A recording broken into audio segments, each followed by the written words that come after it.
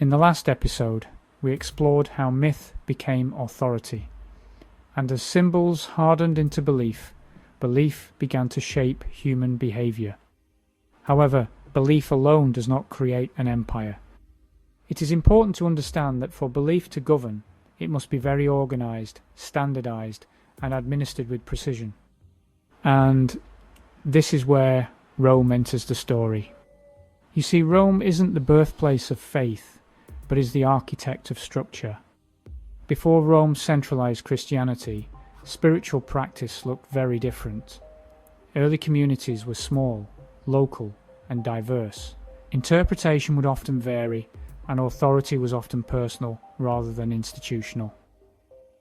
In the British Isles and other regions beyond Rome's direct reach, spiritual traditions developed that did not revolve around a central hierarchy. Our faith was once lived, experienced, and interpreted within community, and not dictated from a single seat of power. This diversity was organic and not disorder by any means. As I have mentioned, Rome did not invent spirituality, but it systematized it. And as the empire expanded, Rome understood that unity of belief could create a unity of governance. So teachings were gathered, texts were selected, and councils were held. Interpretations that aligned with order were elevated, while others were sidelined. This tactical move was not about a theological debate, but more about administration. It allowed for belief to become a doctrine, which then became law, and law required people's obedience.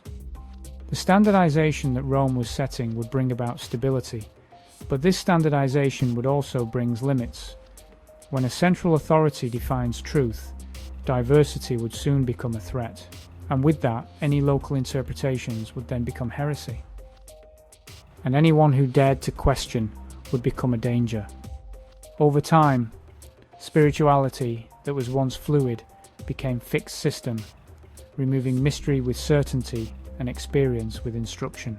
The role of the individual sadly shifted from a participant in meaning to a recipient of it.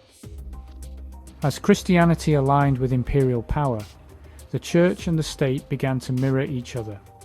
Hierarchy reflected hierarchy. Authority reinforced authority, and the language of the soul became the language of rule. The intention was not to erase spirituality, but to reframe it. And humanity's access to spiritual meaning was no longer direct, but instead it flowed through approved channels. Obedience would become a virtue, while interpretation would become a privilege. Not all traditions disappeared quietly, though. In places like Ireland and parts of Britain, forms of Christianity developed outside direct Roman control. These traditions often emphasized personal, spiritual experience, connection to nature, and local autonomy.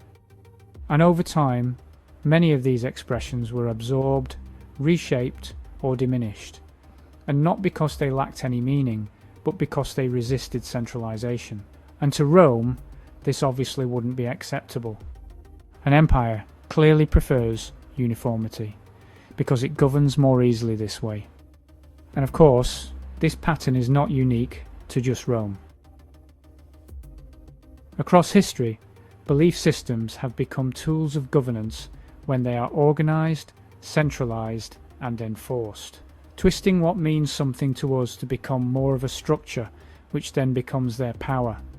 It is weaponised against a good people. It matters not whether faith is true or false, it is all about the control of the people and how truth is used to administer this control. When authority claims ownership of meaning, any questioning becomes an act of rebellion. And once rebellion threatens order, it is then reframed as danger. Spirituality did not begin as an empire. Spirituality is about connection, and it began as connection.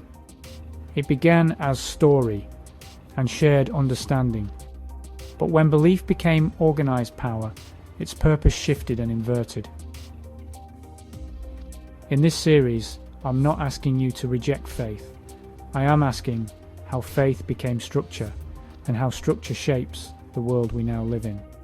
It is clear that once belief becomes empire, authority rarely gives meaning back freely, and remembering that difference is where questioning begins.